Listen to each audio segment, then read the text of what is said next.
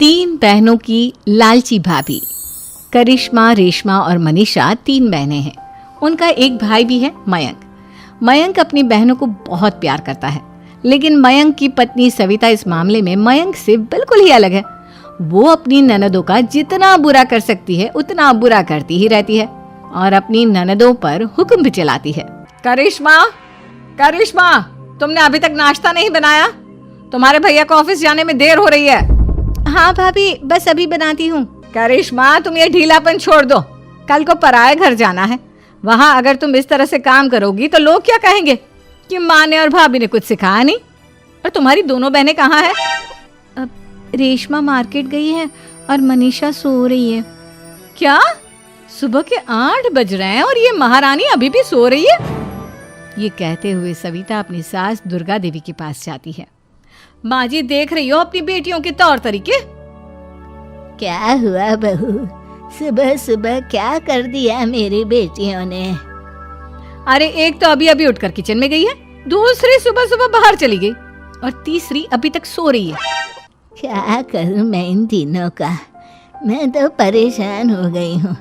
जा जाकर उठा उसे और रेशमा से मैं बात करती हूँ। सविता सीधा मनीषा के कमरे में जाती है और उससे कहती है, महारानी जल्दी उठो, सूरज सर पर आ गया है। भाभी थोड़ी देर और सोने दो ना, मैं रात को लेट सोई थी।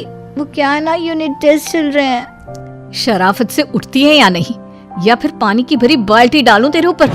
नहीं नहीं भाभी, मुझे बिस्तर में नहीं लाना, उठती हूँ मैं। मनीषा जल्दी से उठकर बाथरूम में चली जाती है।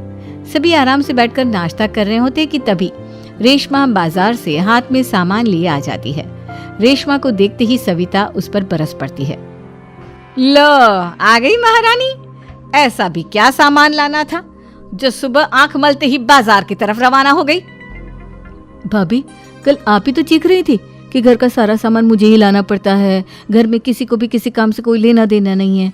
अब मैं बाजार जाकर सामान ले आई तो आपको इस बात से भी तकलीफ हो रही है? देख रही हो माँ जी, अपनी बेटी की जुबान कैंची से भी तेज चलती है। और मयंक, आप तो कुछ कहेंगे नहीं अपनी लाडली बहन को? रेशमा, अपनी भाभी से ऐसे बात नहीं करते। चलो माफी मांगो। भैया, मैं क्यों माफी मांगू? आप भाभी से बोलिए ना कि हम पर कम हुक्म चलाया करे।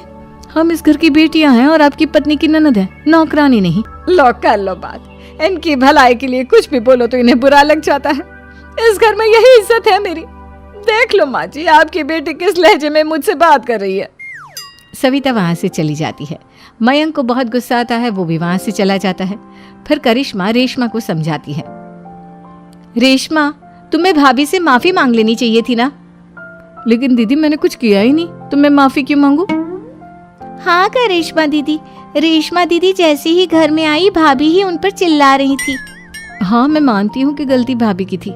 मैं तो इसलिए बोल रही हूँ कि भाभी ने माँ को तो पूरी तरह अपने वश में कर लिया है। वो हमारी बात सुनती ही नहीं। मयंक भैया हमारे लिए हमेशा खड़े रहते हैं, इसलिए उनकी बात का मान तो तुम्हें रखना चाहिए था ना। कोई फायदा नहीं दीदी, कुछ दिनों की बात और है, भाभी उन्हें भी हमारे खिलाफ भड़का देंगी।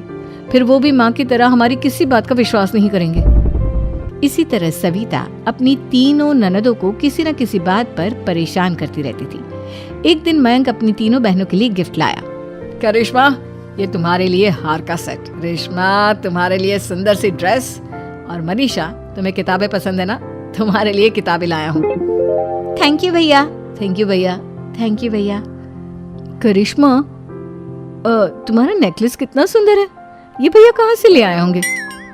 मैंने भैया को 3 दिन पहले फोन पर ये डिजाइन दिखाया था और आज भैया ये ले आए। सविता तो अपनी ननदों के गिफ्ट्स देखकर जल गई और करिश्मा का नेकलेस तो उसे भी बहुत पसंद आया था। अपनी बहनों के लिए कितना अच्छा नेकलेस लेकर आए हैं, मुझे कभी कोई गिफ्ट नहीं दिया। मैं आज ही ये हार चुरा लूंगी। रात में सविता करिश्मा का हार चुरा लेती है और इसी तरह उसे अपनी ननदों की जो भी चीज अच्छी लगती वो उसे मांगती नहीं, बल्कि रात के अंधेरे में चुरा लेती। इसी तरह दिन बीतते गए और सविता ने मयंक के दिल में भी उसकी बहनों के लिए नफरत पैदा कर दी। एक दिन मयंक ने करिश्मा और रेशमा के लिए रिश्ता देखा और ये बात उसने घर में सबको बताई। माँ, करिश्मा और रेशमा के लिए बहुत अच्छा रिश्ता आया है, वो लोग कल इन्हें देखने आ रहे हैं। आप और सविता मिलकर सारी तैयारी कर लेना। ये सुनकर करिश्मा और रेशमा खुश हो जाती हैं, लेकिन सविता सोचती है, अगर इन दोनों बहनों की शादी हो गई तो घर और बाहर का काम कौन करेगा?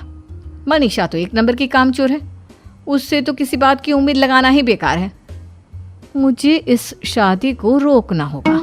अगले दिन सभी लड़के वालों के स्वागत की तैयारी करने में लगे होते हैं। तभी मयंक अपनी बहनों से आकर कहता है, तैयार हो गई तुम दोनों? देखो दोनों लड़के बहुत अच्छे हैं, मैं कोई कसर नहीं छोड़ना चाहता, इसलिए तुम उनके सामने अच्छे से बिहेव करना और अपनी भाभी से लड़ने मत लग जाना। करिश्मा, तुम वो नेकलेस पहन लो ना जो मैं तुम्हारे लिए लाया था। भैया मैं बहुत देर से वो नेकलेस ढूंढ रही हूँ, लेकिन मुझे मिल ही नहीं रहा।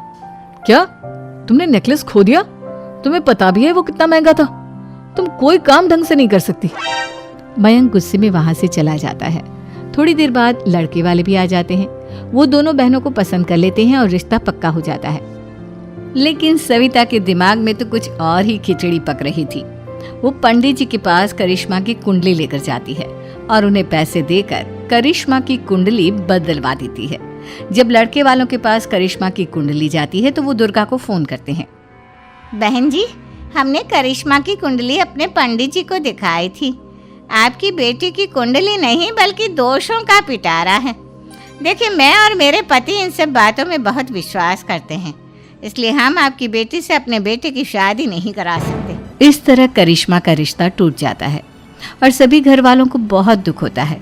अब कविता सोचती है, चलो करिश्मा का तो रिश्ता टूट गया, अब रेशमा का भी रिश्ता तोड़ना है। क्या करूं? अब सविता आवाज बदलकर किसी अननोन नंबर से रेशमा के होने वाले ससुराल में फोन करती है। हेलो, मैं कौन हूँ कौन नहीं ये आपके लिए जानना ज़रूरी नहीं, बस इतना सुन लो कि रेशमा का 2 साल से किसी के साथ अफेयर चल रहा है। बस रेशमा का रिश्ता तोड़वाने के लिए सविता का इतना कहना काफी था। अब रेशमा का भी रिश्ता टूट गया। मयंक और दुर्गा देवी ने रेशमा को खूब खरी खोटी सुनाई और उससे बार बार उस लड़के के बारे में पूछने लगी। आप दोनों मुझे क्यों परेशान कर रहे हो? अरे कोई लड़का होगा मेरी लाइफ में तो मैं बताऊंगी ना, जब कोई है ही नहीं तो कहाँ से लाऊं मैं कोई लड़का? तो तेरे होने वाले ससुराल वालों को फोन किसने किया था? माँ, मैं नहीं जानती किसने फोन किया था, मैं सच कह रही हूँ। मैं तो पहले ही कह रही थी इसकी लगाम खींच कर रखो, लेकिन मेरी सुनता ही कौन है। आप चुप रहिए भाभी, ये सब आपका ही किया धरा है। अब तीनों बहनों को विश्वास हो जाता है कि ये सब उनकी भाभी ही कर रही है। तीनों बहनें अपनी भाभी को सबक सिखाने के लिए एक वकील कर लेती है और घर में हिस्सा मांगना। देखो भैया, माँ बाप की जायदाद में जितना बेटों का हक होता है उतना ही बेटियों का, इसलिए इस घर के 4 हिस्से होंगे और हमें अपना हिस्सा चाहिए। मैंने तुम्हारे लिए क्या क्या नहीं किया और तुम इस घर में हिस्सा मांग रही हो? भैया, आप और माँ हम बहनों की कोई बात नहीं सुनते हो और भाभी हमारी शादी नहीं होने देगी क्योंकि उन्हें लगता है कि आप हमारी शादी में ज्यादा पैसा लगाओगे और उन्हें हम जैसी फ्री की नौकरानी कहाँ मिलेगी। तो हम भाभी के साथ तो रह नहीं सकते, हम बहनों को अपना हिस्सा चाहिए। अरे तुम्हें शर्म आनी चाहिए अपनी भाभी पर ऐसा इल्जाम लगाते हुए। वो तुम्हारे बारे में कितना सोचती है। हाँ माँ, भाभी हमारे बारे में बहुत सोचती है, दिन रात बस यही सोचती रहती है कि किस तरह से अपनी तीनों ननदों को परेशान करूं और कभी मुझे पढ़ने भी नहीं देती। दोनों बहनों का रिश्ता भी तो इन्होंने ही तोड़वाया है और रात में हमारे कमरे में आकर हमारी चीजें भी चुराती हैं। इसी तरह सविता की तीनों ननदें अपनी बात पर अड़ी रही। अब कोर्ट में तारीख भी शुरू हो गई। जब सविता को लगा कि उसकी तीनों ननद इतनी आसानी से नहीं मानने वाली, तो उसने अपने पति और सास को सारी सच्चाई बता दी और अपनी तीनों ननद से माफी मांगी। मयंक और दुर्गा को भी अपनी गलती का एहसास हो गया। अब सविता खुद करिश्मा और रेशमा के लिए अच्छा रिश्ता ढूंढती है और उनकी शादी करवाती है।